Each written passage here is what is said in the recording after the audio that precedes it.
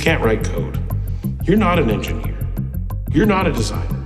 You can't put a hammer to a nail. So how come 10 times in a day, I read Steve Jobs as a genius? What do you do? Musicians play their instruments. I play the orchestra.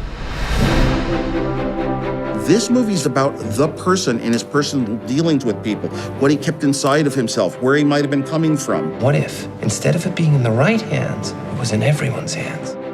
From when we started Apple, he was going to be the person in control, running things in the suits, representing the company, the face of the company. The plan will reveal itself to you when you're ready to see it.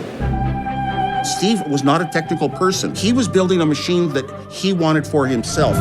One that was so easy and you could just look at it. You could actually do things without having to learn all the structure and math and computer stuff. Serious users want to customize. They want to modify. They want to jack it up. They don't get a vote. What every person is good at is what they value. And I value engineering. I was really good at it. But Steve, how could he contribute to a product? And it was the marketing, the explanation, and also wanting things to be simple. He was the master conductor, and that is good for the world today. See how this reminds you of a friendly face? It's warm, and it's playful, and it needs to say hello.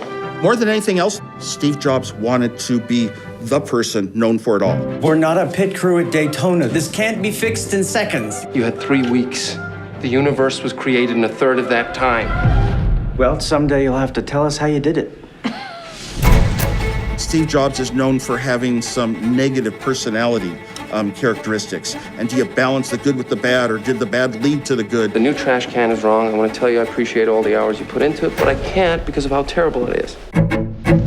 I think history's going to remember him as one of those great technical leaders of all time, just like Edison. He might also be remembered for his negative personality. I think that's going to go with his legacy forever. But he led the world in the future, and everybody else then would follow once they saw it. Look at their faces when they see what it is. They won't know what they're looking at or why they like it, but they'll know they want it. I think about a part of Steve Jobs that almost nobody knows, which is Steve Jobs Zero, I call it. It was Steve Jobs before we started Apple.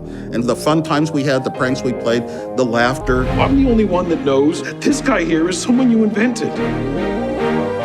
He really, quite a bit, manipulated his own legacy. Any chance I can get you to go out there instead of me? I love you, Steve. I love you too, Oz.